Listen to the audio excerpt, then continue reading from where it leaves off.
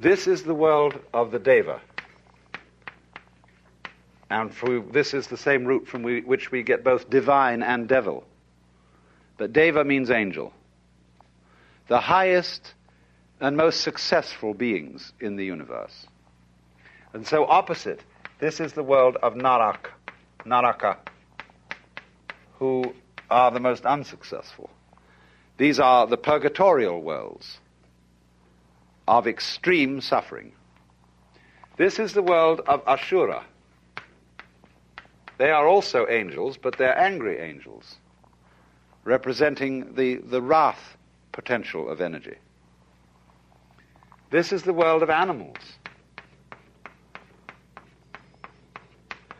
This is the world of Preta, for which we have no English equivalent. They are hungry or frustrated spirits who have enormous stomachs but mouths only the size of needles. Vast appetite and no means of fulfillment. And this is the Manu world, that is to say, the world of man. You don't have to take this literally. You could say, when you are extremely happy or ecstatic, you're here. When you are miserable, you're here. When you're dumb, you're here. When you're mad, you're here. When you're frustrated, you're here. But when you're more or less your normal, rational self, you're here. Now, so all life, through the period of the kalpas, goes grinding around this wheel. And if you go up, and you succeed, and you get to the top, you have to come down. They don't see success, in other words, in the world as a method of liberation, because it implies failure. So, the idea of liberation, which is called moksha,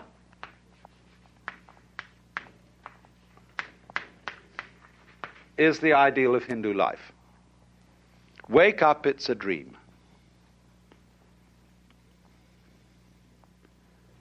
And in time, there is no hope in time. Everything is going to get worse in time. Because, as you know, it does. We all fall apart in the end. Everything falls apart. Institutions, buildings, nations, it all crumbles. And people say, well, that's an awfully pessimistic philosophy. Well, is it? I would rather say that the people who have hope in the future are the miserable people. Because they're like donkeys, chasing carrots that are dangled before their noses from sticks attached to their collars. And they pursue in vain, always hoping that tomorrow will be the great thing, and therefore incapable of enjoying themselves today. People who live for the future never get there, because when their plans mature, they are not there to enjoy them. They're the sort of people who spend their lives saving for their old age and trying to teach their children to do the same thing, so that when they retire at 65, they have false teeth and wrinkles and prostate trouble and all that sort of thing. Where were you going? What did you think it was all about? Furthermore, the fact that life is transient is part of its liveliness. The poets, in speaking of the transience of the world, always utter their best poetry.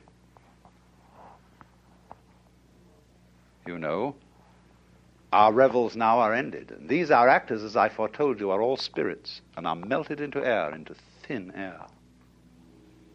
And like the baseless fabric of this vision, the cloud-capped towers, the gorgeous palaces, the solemn temples, the great earth itself, aye, all which it inherits shall dissolve. And like this insubstantial pageant faded, leave not a rack behind. We are such stuff as dreams are made of, and our little life is rounded with a sleep. And said so well, it doesn't seem so bad after all, does it?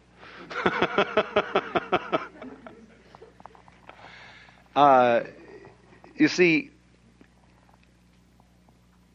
there's always in the poetry of evanescence a kind of funny nostalgia. Moralists will say, those lovely lips which you so delight to kiss today will in a few years rot and disclose the grinning teeth of a skull. So what?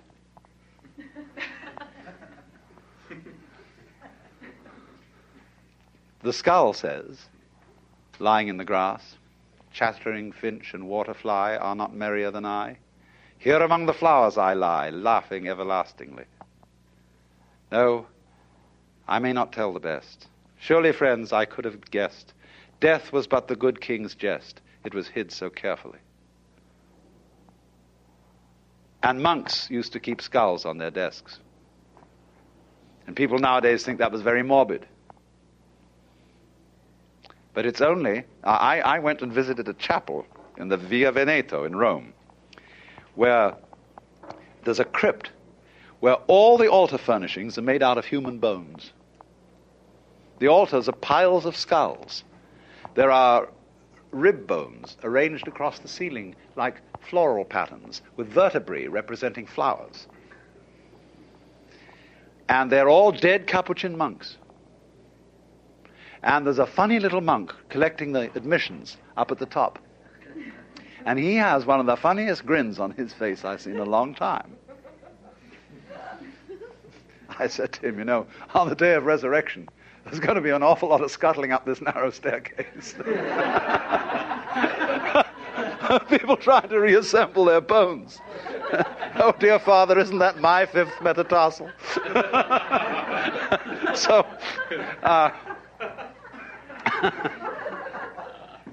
the whole idea, you see, is that everything's falling apart. So don't try and stop it. When you're falling off a precipice, it doesn't do you any good to hang on to a rock that's falling with you. See? Well, everything is doing that. And so, again, this is another case of our completely wasting our energy in trying to prevent the world from falling apart. Don't do it. And then you'll be able to do something interesting with the free energy. So that's moksha. Because when the Hindu says everything is unreal,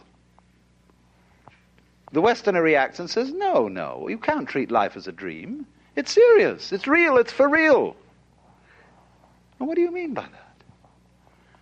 Well, how real do you want it to be?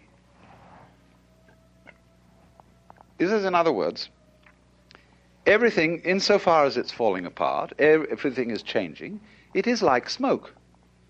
And we all feel that smoke has a lesser degree of reality than wood. It's an image of the evanescent, of the ghostly. So there's this idea the whole world is this mirage. That doesn't mean it's a bad thing. It's only bad if you cling to it, if you try to lean on it. But if you don't lean on it, it's a grand illusion. So the word maya means not only illusion, but it means art, it means magic, and it means creative power. So this is the big act. And it's perhaps easier to feel the world in that way in a tropical country where death is very common and where you just watch things dissolve before your eyes and yet burst out and grow again. The whole world is changing. Maybe easier to think that way than in our environment. Although when you're out in California, the human landscape changes so fast that no town is the same for 2 years. Any mailing list that you have changes 1/3 addresses per annum. Nothing stays put. The hills are shadows and they flow from form to form and nothing stands. Now, this, you see, is not a pessimistic attitude, therefore, at all. To be able to realize that this world is simply a dream, a dancing play of smoke. Fascinating, yes, but don't lean on it. Life is a bridge, says one of the Hindu sayings. Pass over it, but build no house upon it. And so immediately you see that.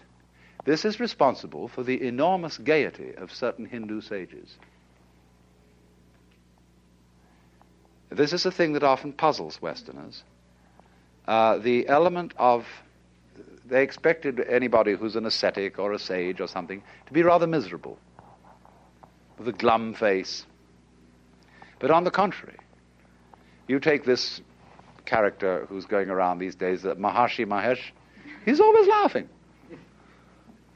Because he sees through it. He looks on every side, and there is the face of the beloved, of the divinity, in everybody, in every direction, in everything, playing at being you. And you can look down into a person's eyes, way, way in, and you see the self, the eternal divine. And what is so funny, when it puts on an expression, saying, what, me?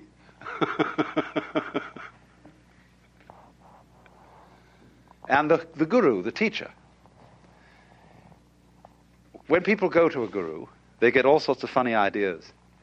They think, oh, he's looking right through me.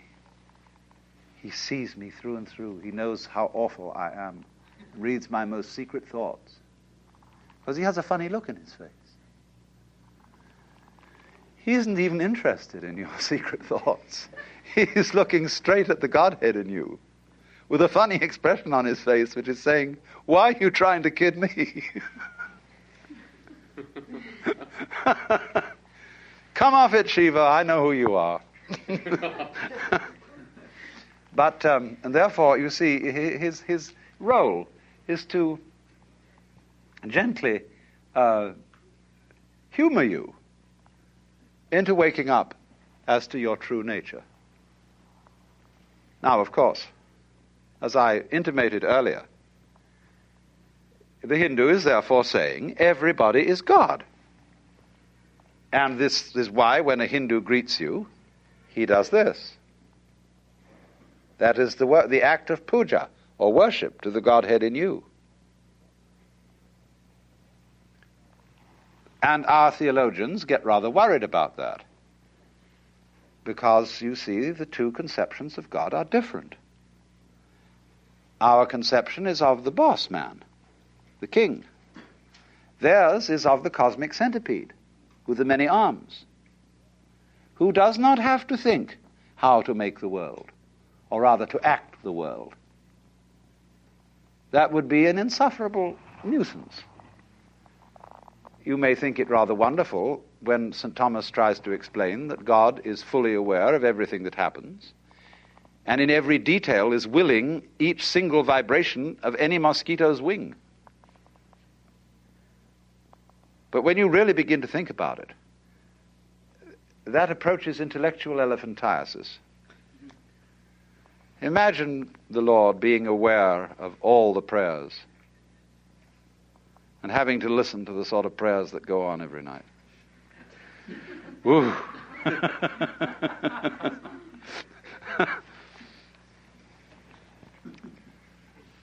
God heard the embattled nation shout, Gott strafe England, and God save the king. God this, God that, and God the other thing. Good God, said God, I've got my work cut out.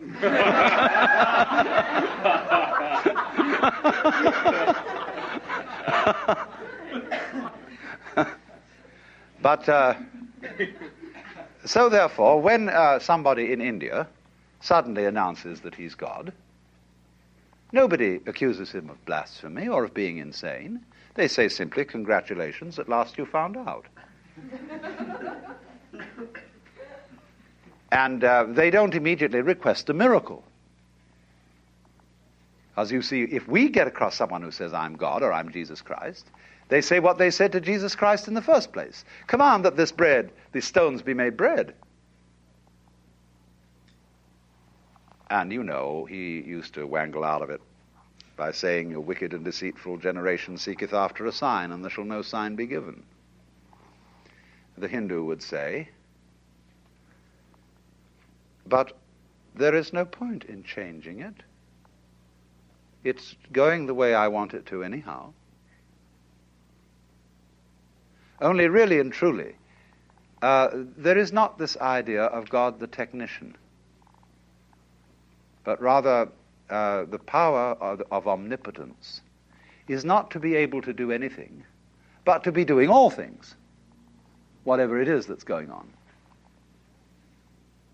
and spontaneously without having to think about it, which is very clumsy. Now then, I must say something about how then this relates to the life of the Hindu.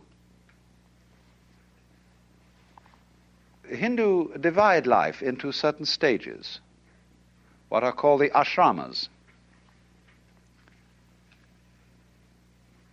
The first is called brahmacharya, the second grihastha, and the third vanaprastha. Brahmacharya means the stage of the student, the apprenticeship. Grihastha, the stage of the householder. And vanaprastha, the stage of the forest dweller. This is related to cultural history of early India. Before we have agrarian communities, we have a hunting culture, which is on the move. In a hunting culture, every male knows the whole culture. There is no division of labor. And the holy man of the hunting culture is, of course, called a shaman. A shaman is a realized man, a man who knows the inner secret. He's seen through the game. And he finds it by going away alone into the forest and cutting himself off from the tribe. That is to say, from social conditioning. And he goes maybe for a long period into the forest and comes back. He's found out who he is. And he sure isn't who he was told he was. But as hunting cultures settle into agrarian patterns of life, what do? They build a village. And around the village they set up a stockade, which is known as the pale. And the village is always, of course, standing at crossroads.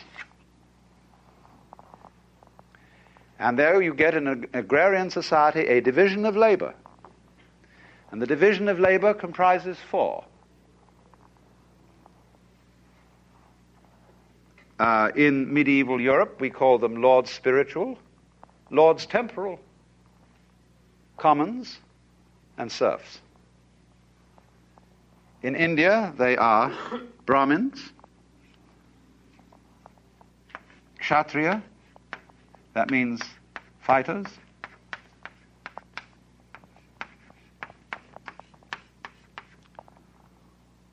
Vaishya, merchants, traders, Shudra, laborers. So you've got the priests, the warriors, the merchants, and the laborers. Division of labor. The four sections of town. And so the four basic castes. So when you are born into a caste, and your duty as a grihastha or householder is to fulfill your caste function and to bring up a family. When you've done that, you go back to the forest, back to the hunting culture, and you drop your role, and you become nobody. A shaman again.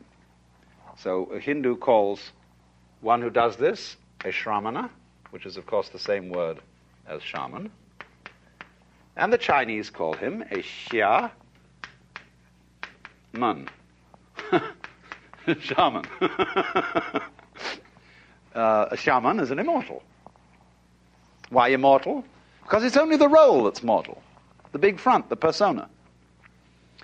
The one who you really are, the common man, that is to say the man who is common to us all, which you could call the son of man, that's the real self. That's the guy who's putting on the big act.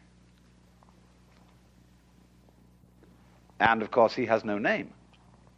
Nobody can put the finger on him, because you can't touch the tip of the finger with the tip of the finger. So that means in practice, then, that when you hand over your vocation in life, which is called your svadharma, that means sva, that's the same as the Latin suus, one's own. Dharma means function. Your own function, or we would call your vocation.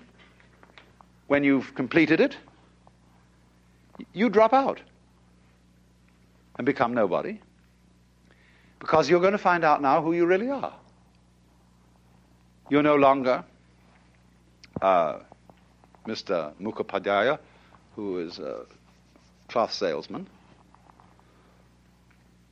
You drop that name, and you take on one of the names of God, Swami Brahmananda, Swami, bliss of Brahman. And you may go quite naked, like the Shivite holy men. No clothes. And they just go out and wander and don't make any provision for anything. They literally take no thought for the morrow, what you shall eat, what you shall drink, or wherewithal they shall be clothed. But you see, people respect them. They say, yeah, we got to have those people up there, because they are doing what human being is ultimately supposed to do, and we shall do it in our turn, and so give them some food.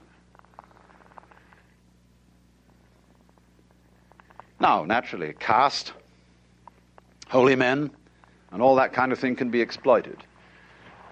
Anything can be exploited and abused. And we can look at it all and say, what a mess. Why don't you do something for yourselves? Why don't you kill the sacred cows and eat them? Why don't you clean up? Why do you permit all this disease?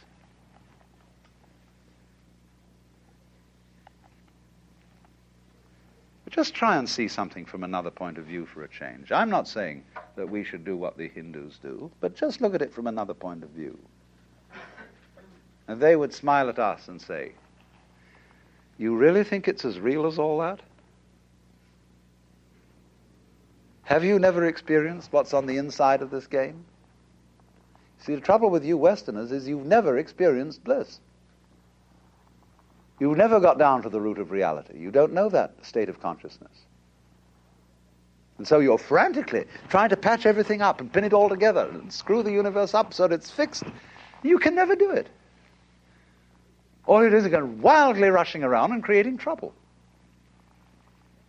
Of course, Western-educated Hindus think the same way.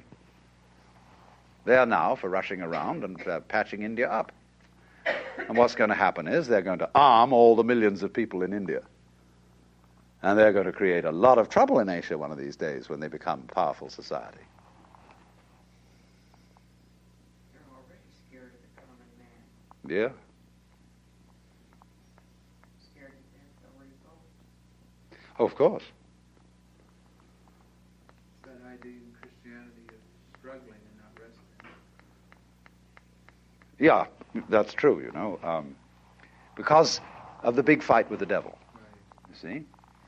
First himself. The war in heaven, you see. Now, the funny thing about that is, when you read Milton's Paradise Lost, long before Lucifer decided to rebel, the whole of heaven was armed. And he describes the legions of angels with their escutcheons and gonfalons and military deportment. Who was looking for trouble?